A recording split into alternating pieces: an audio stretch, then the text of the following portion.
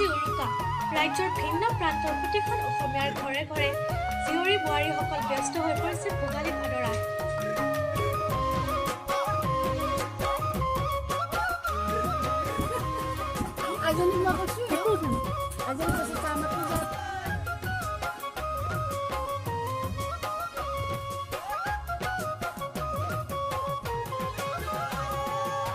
পৰ্বতৰ ঢেকিয়া লিহিৰি পতিয়া বতাহত যেনেকৈ হানে। আনহাতে উৰুকাৰ নিশা পৰিয়ালৰ সৈতে তৃপ্তিৰে খোৱাৰ মানসেৰে ৰাতিপুৱাৰ পৰা বজাৰত হাঁহ কুকুৰা ছাগলী মাছ ক্ৰয় কৰাত ব্যস্ত হৈ পৰিছে জনসাধাৰণ। আজি ভোগালী বিহুৰ উৰুকা ৰাজ্যৰ প্ৰতিখন বজাৰতে ৰাতিপুৱাৰ পৰা ৰাইজে ভিৰ কৰা পৰিলক্ষিত হয়। তাৰ ব্যতিক্ৰম নহয় ওদালগুৰি জিলাৰ বিভিন্ন স্থানৰ বজাৰসমূহৰ। এই বজাৰসমূহত ৰাতিপুৱাৰ পৰা হাঁহ কুকুৰা পাৰ ছাগলী ক্ৰয় কৰিবলৈ হাজাৰ হাজাৰ গ্ৰাহক ভিৰ কৰেহি।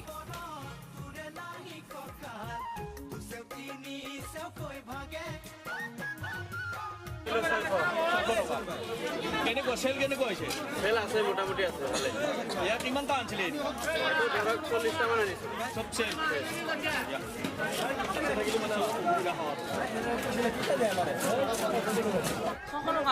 কিমান হ'ব ওজন? এইটো 2 কিলো।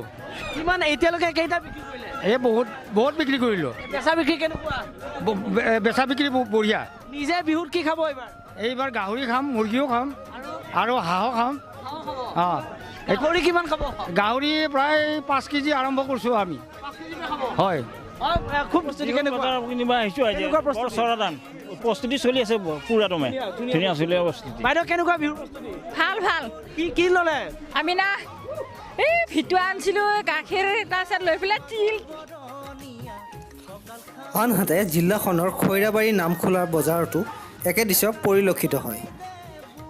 এই বজাৰসমূহত ৰাতিপুৱাৰে পৰা অসংখ্য গ্ৰাহকে ভিৰ কৰেহি। বিহু নাচিবলৈ পালে